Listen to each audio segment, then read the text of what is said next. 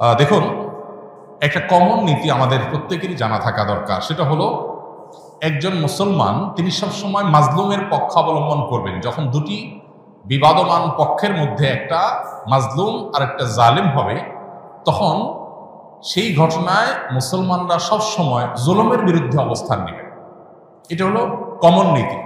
এমনকি জুলুমের শিকার মানুষটা যদি অমুসলিমও হয়, তারপরেও তার প্রতি মুসলমানের সিম্প্যাথি থাকবে। মুসলমান কখনো জুলুমের সাথে সঙ্গ দিবে না, যদি জালেম মুসলমানও হয়।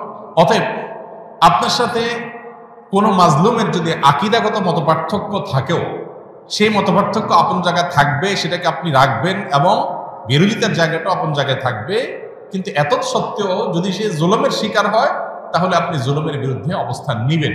অন্তত সার্বিকভাবে, সামগ্রিকভাবে আপনি সেটার বিরুদ্ধে অবস্থান নিতে না পারলেও মানসিকভাবে হলেও তার বিরুদ্ধে আপনাকে অবস্থান নিতে হবে। এটা হলো মৌলিক নীতিমালা। মুসলমান কখনো জালেমের পক্ষে যেতে পারে না, মাজলুমের পক্ষ মুসলমান সবসময় নিবে। এক্ষেত্রে সূরা রোমের যে ঘটনা, সেটা আমাদের জন্য একটা বিশেষ নির্দেশনা হতে পারে। সূরা রোমের শুরুতেই আল্লাহ তাআলা যে বলেছেন আলিফ লাম মিম গুলিবাতির রোম, এখানে আমরা দেখেছি যে রোমানদের সাথে, তখন পারস্যের অগ্নিপূজকদের সাথে যে যুদ্ধ হয়েছে, সেই যুদ্ধে মক্কার মুশরিকরা পারস্যদের আর মক্কার মুসলমানেরা সাহাবা একরাম তারা রোমানদের সমর্থন করেছেন। কেন? কারণ রোমানদের সাথে আকীদাগত মতপার্থক্য থাকা সত্ত্বেও তারা আসমানি ধর্মে বিশ্বাসী, মুসলমানরা আসমানি ধর্মে বিশ্বাসী। এই জায়গাতে মিল আছে, এই যে ঐক্যের একটা যোগসূত্র আছে, সেটার ভিত্তিতে তাদের প্রতি সমর্থন ছিল। আর পারস্যের তারা মুশরিক ছিল, ঐক্যের যোগসূত্র ছিল না সে অর্থে, এই জন্য তাদের বিরুদ্ধে ছিল। অতএব আজও আমরা ওই মূলনীতি মাথায় রেখে অনেক আহলে কেবলা, অনেক আপনার মুসলিম আছেন যারা হয়তো বিভ্রান্ত, যারা হয়তো বিদআতে লিপ্ত, কেউ কেউ হয়তো শিরকে বা ইসলামের গণ্ডি থেকেও খারেজ, বা বাহ্যিক দৃষ্টিকোণ থেকে আদর্শ সময়তে মুসলমান মানুষ মনে করে পরিস্থিতি বিবেচনা, বিশেষ করে তারা যখন জুলুমের শিকার হবে, তখন জালিমের পতন চাওয়া বা তাদের চাইতে আরো বেশি জুলুম যারা করছে তাদের পতন চাওয়া বা তাদের ব্যাপারে আপনার যথাযথ অবস্থান গ্রহণ করা, এটা মুসলমানের, একজন দায়িত্বশীল মুসলমানের কর্তব্য।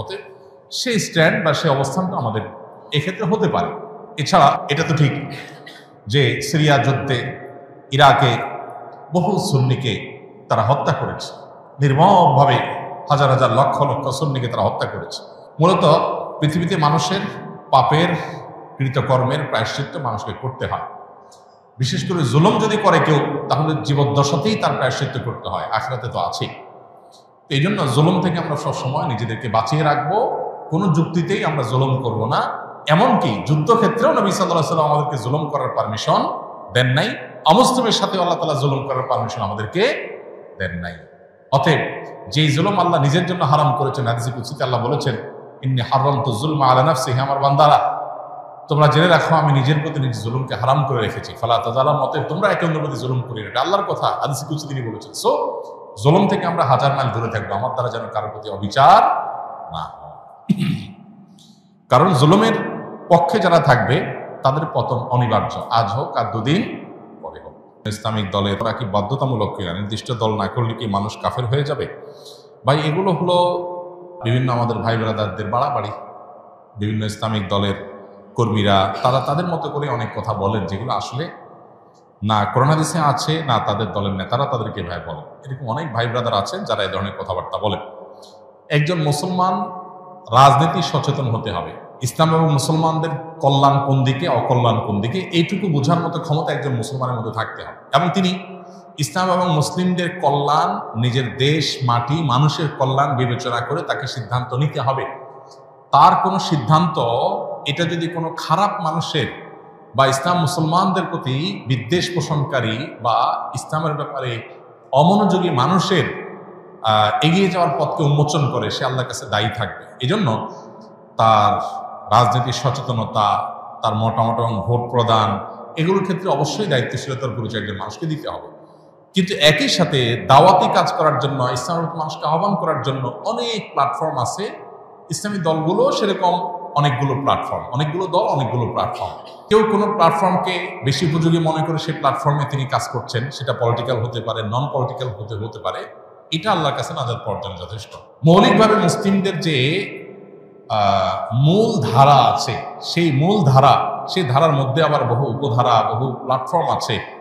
সেগুলোর বাইরে এসে মূল ধারার সাথে যাতে কানেক্টেড থাকে মুসলমানরা, সেখান থেকে বিচ্ছিন্নতাবাদের দিকে যেন না যায়, নিজস্ব কোনো মতবাদ যেন তৈরি না করে, আলাদা কোনো আপনার গিরিপথ যেন তৈরি না করে, এই ব্যাপারে শরীয়ত আমাদেরকে সতর্ক করে। যাতে ঐক্যবদ্ধ থাকার মানে হলো সেটা কোনো একটা বলয় বা প্ল্যাটফর্ম বা কোনো একটা সংগঠন, সাংগঠনিক পরিচয়, পলিটিক্যাল হোক নন পলিটিক্যাল হোক, এ ধরনের প্ল্যাটফর্মে কাজ করলে কাজের সুবিধা হয়, সন্দেহাতীতভাবে সেটি জায়েজ। কিন্তু সেটা করতে গিয়ে যদি আমরা অন্ধ হয়ে যাই, আমাদের ওয়ালা বাড়াটা যদি দলকে ঘিরেই হয়ে যায়, আল্লাহ এবং তার রাসূলের জন্য না হয়ে যদি সেটা সীমাবদ্ধ এবং সীমিত একটা চিন্তার জন্য হয়ে যায়, তাহলে সেটা আবার গুনাহের বিষয়ে হতে পারে। এই জন্য বিষয়গুলোকে পার্থক্য করা, পরখ করা, ইম্পর্টেন্সি এবং গুরুত্ব বোঝার পাশাপাশি কতটা ইম্পর্টেন্ট শরিয়াতে সেটাও বোঝা গুরুত্বপূর্ণ। আমরা অনেকে এক্ষেত্রে বাড়াবাড়ি করি, আবার অনেকে ছাড়াছাড়ি করি। এই দুইটারই অবসান হওয়া দরকার এবং সঠিকটা আমাদের অন্তত উপলব্ধি করা দরকার। আল্লাহ আমাদেরকে বোঝার তৌফিক দান করুন।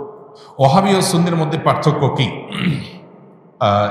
এটা তো কমন একটা বিষয় আমাদের দেশে।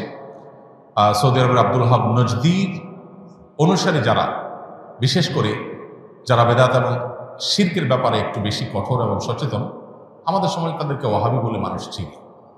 যদিও ওয়াহাবি হওয়াটা কারোর কাছে গৌরবের, আবার কেউ এটাকে গালি হিসেবে দেয়।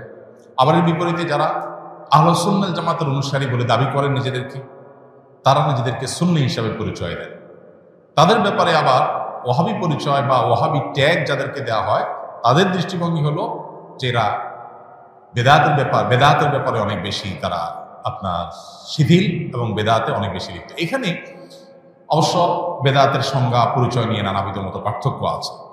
এটা এমন একটা বিষয় যে এগুলো চাইলেই আমরা এই বাউন্ডারিগুলো দূর করে ফেলবো, এই ওয়ালগুলো দূর করে, দূরত্বগুলো দূর করে সব একাকার করে ফেলা সম্ভব না। তবে হ্যাঁ, কোনো মুসলমানের মধ্যেই মৌলিক কিছু বিষয় আছে যেগুলোতে কোনো পার্থক্য বা ভিন্নমত থাকার সুযোগ নেই। এর ভিতরে একটা হলো আমরা কিতাবুল্লাহ এবং সুন্নাত রাসূলুল্লাহর অনুসরণ করব, এর মধ্যেই নাজাত, এটাই হলো সেফ এবং নিরাপদ পথ। অতএব আমরা যত বেশি সুন্নাহর কাছাকাছি থাকবো বা সুন্নাহর উপরে থাকবো, তত বেশি আমরা নিরাপদ থাকবো ইনশাআল্লাহ। কিয়ামতের আগে বহুবিধ দল এবং ফেরকা তৈরি হবে। নবী সাল্লাল্লাহু আলাইহি ওয়াসাল্লাম বলেছেন, কুল্লুহুম ফিন্নার ইল্লা মিল্লাতুন ওয়াহিদা। এর মধ্যে একটা ফেরকা নাজাত প্রাপ্ত হবে। তারা কারা? তারা হলো মা আনা আলাইহি ওয়া আসহাবি। নবী সাল্লাল্লাহু আলাইহি ওয়াসাল্লাম তার সাহাবীরা যে পথে ছিলেন। বাস আমরা নবী সাল্লাল্লাহু আলাইহি ওয়াসাল্লাম এই কাজটা এভাবে করেছেন কিনা, করতে বলেছেন কিনা, সেটাকে আমরা আমাদের অবলম্বন হিসেবে গ্রহণ করলে এটাই হবে আমাদের জন্য নিরাপদ। ট্যাগ, নাম যাই দেয়া হোক না কেন, অতএব সেটা হলো আমাদের কাছে মুখ্য এবং মূল বিষয়।